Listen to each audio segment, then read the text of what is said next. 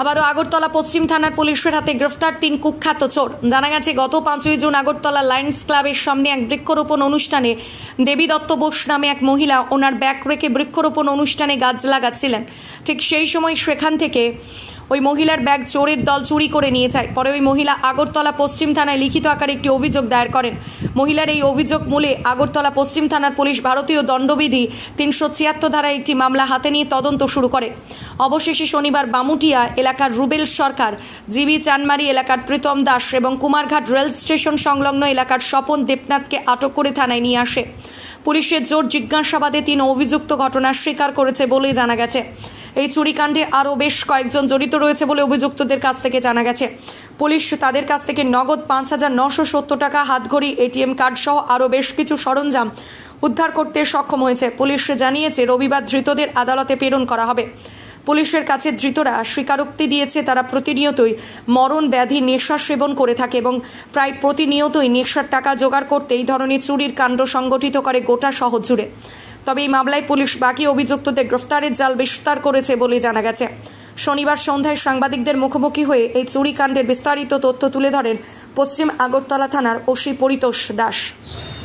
Sir, তাদেরকে কি অভিযোগে আটক করা হয়েছে? গত 5 তারিখ সকাল অনুমান 8:30 থেকে 9:30টার মধ্যে যখন লায়ন্স ক্লাবের উদ্যোগে বৃক্ষরোপণ অনুষ্ঠান হচ্ছিল, সেই সময় তারা ব্যাগগুলি রেখে কমপ্লেন্ট দেবী দত্ত বোস ব্যাগটা রেখে যখন বৃক্ষরোপণ করছে তখন তার ব্যাগটা চুরি করে নিয়ে যায়।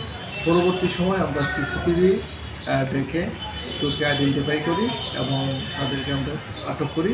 আটক করার পর তাদের কাছ থেকে 5,970 টাকা এবং যে চুরির জিনিসগুলি যেগুলি ঘড়ি, এটিএম কার্ড, গাড়ির চাবি সহ মালিব্যাগ আমরা এগুলি রিকভারি করেছি। এই বিষয়ে আমরা একটা মামলা নিয়েছি যার নম্বর 69/2024 আন্ডার সেকশন 379 অফ IPC।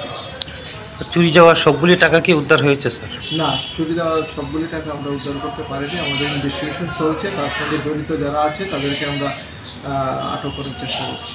এ পর্যন্ত প্রাথমিক তদন্তে কিছু কি পেয়েছেন আপনারা? প্রাথমিক তদন্তে আমরা প্রথম একজনকে আমরা সুজনকে আটক করি, তার স্টেটমেন্টের উপর ভিত্তি করে বাকি 2জনকে আটক করি এবং এই চুরির সঙ্গে আরও জড়িত আছে তাদেরকে আমরা অভিযুক্ত আটক করবো এবং বাকি যে জিনিসগুলি ছিল চুরি এগুলি আমরা রিকভারি করবো। তাদেরকে কি স্যার আজকে আটক করেছেন?